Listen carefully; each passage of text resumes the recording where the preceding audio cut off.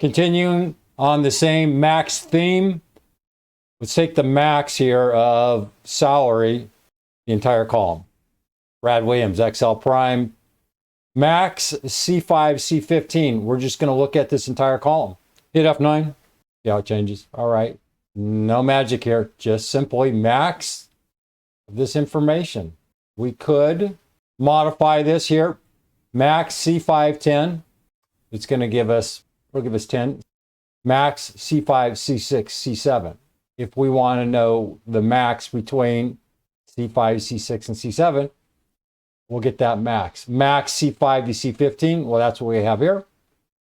Max C5, C10, C11, C15. If we had numbers here, we had numbers over here, we had numbers here, we can add them up. Just put a comma between each series. Max ignores logical values and numbers entered as text if they're not provided as arguments.